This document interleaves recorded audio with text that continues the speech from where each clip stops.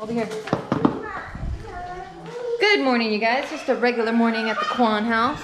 This guy's been awake maybe an hour, and he's already done all of this. He's about to go get more toys. You see him? He works fast. He's good at his job.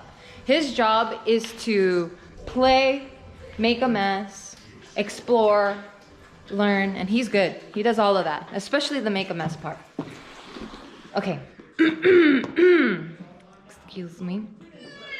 But I wanted to share something with you guys, that my little sister is so damn talented and she's good at everything. She's an artist, right? So she paints, she draws, and she's just such a phenomenal artist. And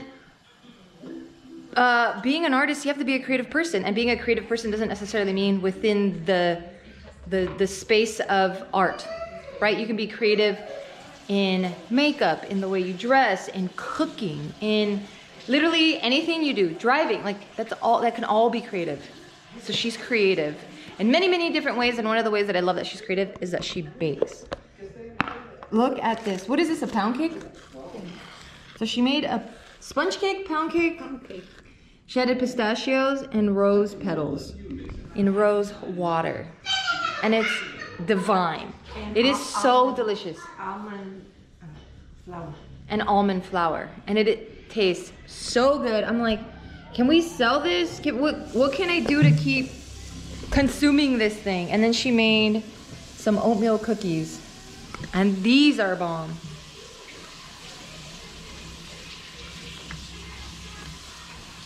I know this is an unpopular opinion, but I personally prefer oatmeal cookies over chocolate chip cookies any day. But then, if we say, do you want an oatmeal cookie or a fresh out of the oven? Okay, let me do it again. Wow, this is really good. I can taste cinnamon. Wow, I can taste so many different flavors in this thing, in the cookie. But if you were like, would you choose an oatmeal cookie out of the oven versus a chocolate chip cookie out of the oven? I think I would have to choose the chocolate chip cookie. Because they're just so gooey and soft. But then once they cool, it's not my jam anymore. I don't like it. And I know with oatmeal cookies, it doesn't matter what temperature, they're still kind of chewy and rough. You know what I mean? But I like that. I like the textures. It gives me something to chew on. I get to work a little bit. I like it rough. All right, so I'm back in the office. Looking kind of cute. I decided to wear a lot of black today. Like a lot of black. Wow, this is really dirty. That's kind of fun. Wait, I'm talking about this. Yes, I decided to wear a lot of black, and I'm like, well, I need a splash of color. I do love black. Like the color black is like one of my favorite colors. And I do know that black isn't a color or whatever, but for this, we're just gonna call it a color. But then I just felt like I was a little too dark in the soul. So I'm like, let me get some color. So I added this little vest. So it doesn't have too much of a crazy color, but it has like a little pop. And of course, I have my New Balances on to give it more of a pop. And then just my big, thick jacket, because I'm exaggerated. You know, it's California, Los Angeles specifically, and it's 55 degrees out. It's not that bad. But my body has just gotten acclimated to this weather, and I'm just a cold person in general, so my ass was freezing. We even have the heater on over here. That's that humming noise that you guys hear in this industrial ass office. But what I wanted to share with you guys was this guy over here. Trained in the morning, and then he had a great idea. Can I ask you about it? Yeah. I'm gonna turn the camera. You better hide all your porn pictures. I don't have any porn pictures. I already hit them all. Okay. So what was your bright idea? So you're gonna train, and then you have to come here, and here we obviously don't have a shower. So yeah, you're gonna show us what it looks like. So our old office had a shower, right? And so that's what I'm used to. And before this whole quarantine stuff, if I needed a quick, like, last minute shower, I could always count on going to the back of the gym and just using the hose. So I like being clean, and I like being 100% at every stage of the day. I don't like being like half mushy, half working. Like if I'm gonna go do this, I want to be 100% this. I don't like to half-ass anything. and including my hygiene.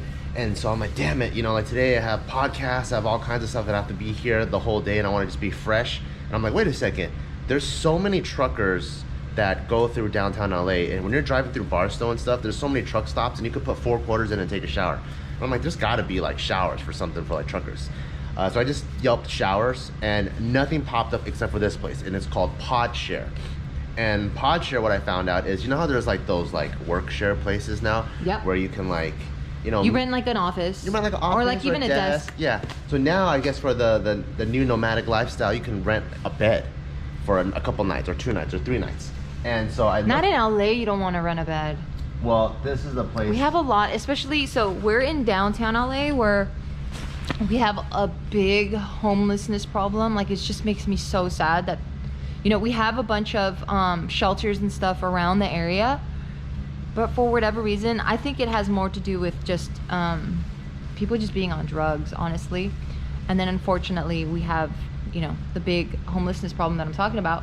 So anything in downtown LA that needs to be shared with the public, I'm talking about like restrooms, like anything that the public has access to in that specific area is disgusting. But this is what it looks like.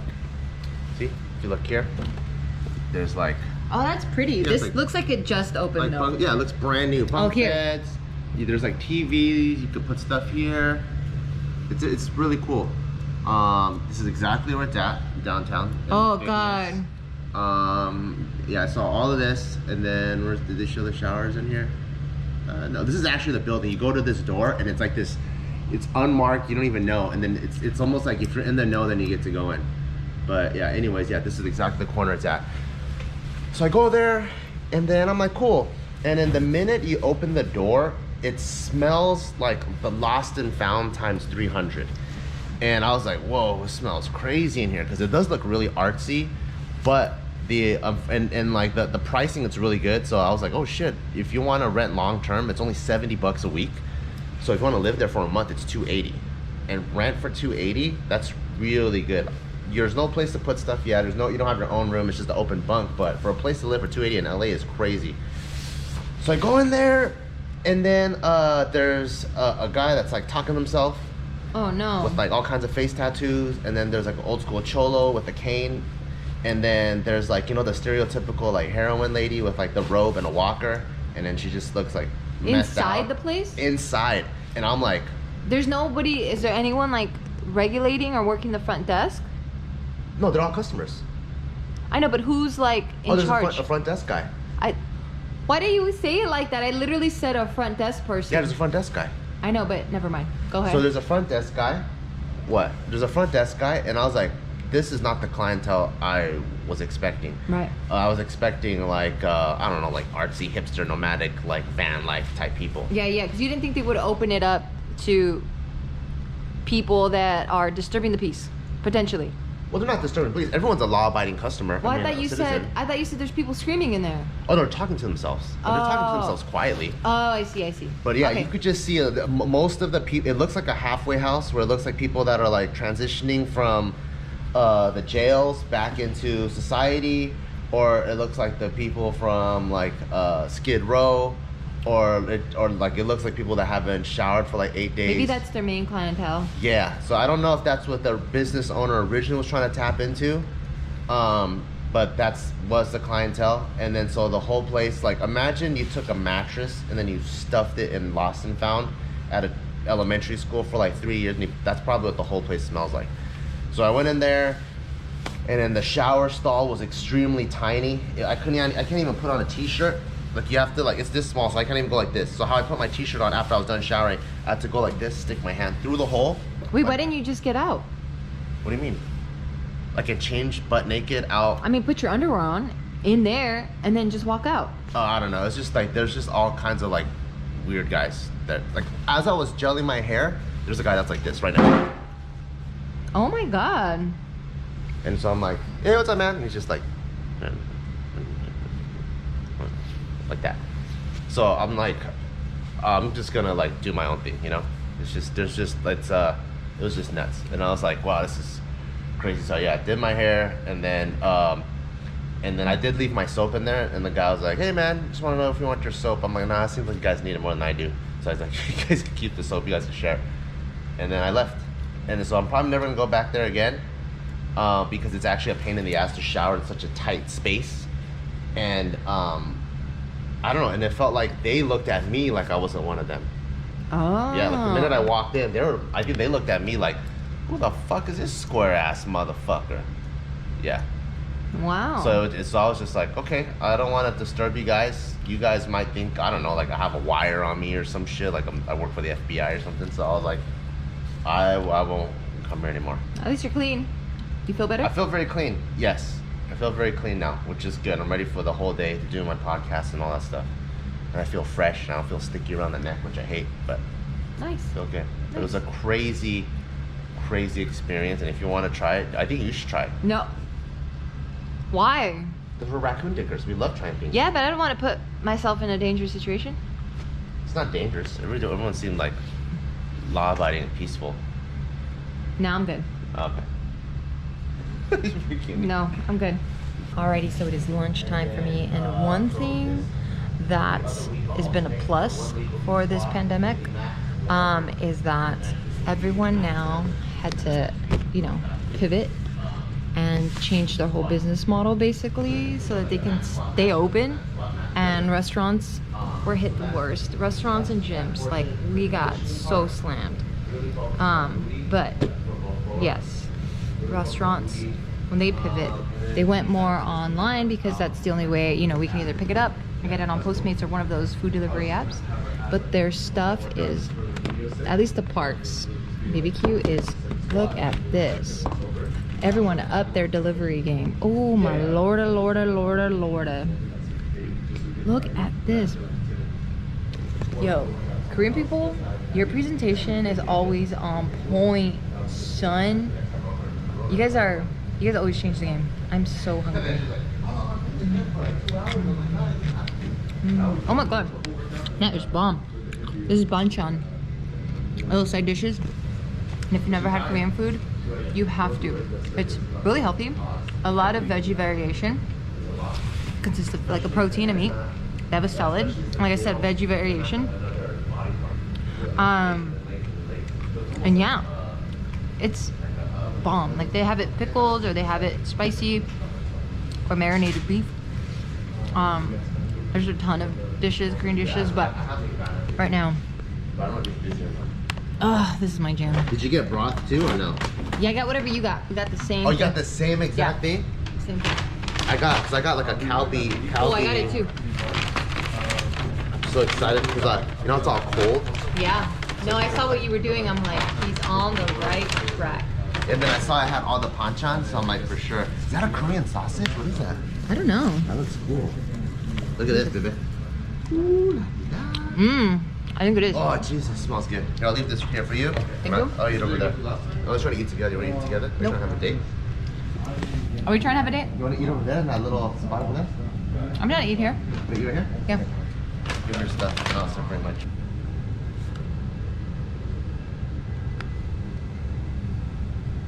Okay, so this was definitely too much food. I've only been able to finish half of my rice. I feel like this is 2 cups of rice. If it's in 1 cup, it's in 1 cup to me.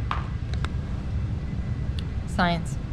Yeah, I feel like I barely made a dent here. I ate a lot of this guy. What is this again? Galbi what? Kalbitang, I think. Yeah. It's really good. And I think I have the itis. What is it called? Oh, Kanak attack. For all my Hawaii fans out there.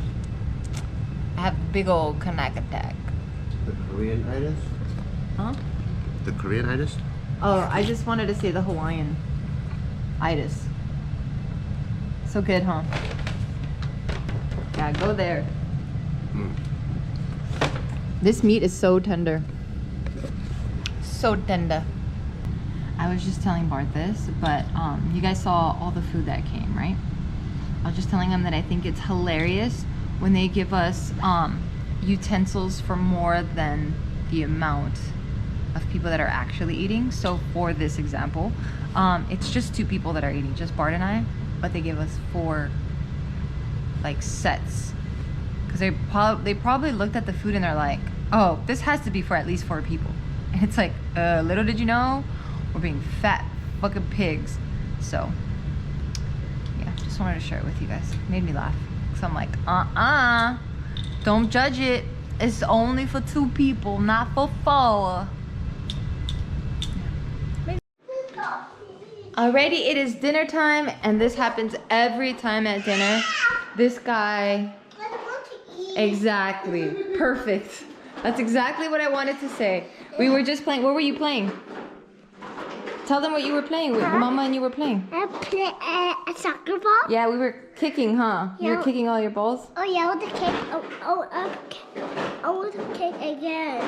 Yeah, we'll kick after you eat, okay? Oh, Papa, look what I did. Well, it's kind of sad. What? Look at this door over here. Do you notice something different? Squirrel? This door. The doggy door? No, Yeah. it's not sad. I mean, we're not gonna get a dog over here. I mean, it's sad because we don't have a dog. I know, but what happens once we get into Vegas? Yeah. All right, Abebes, thank you so much for chilling with us. Love you very much. I'm proud of you, and you should be proud of you too. See you guys tomorrow. Mwah, mwah, mwah.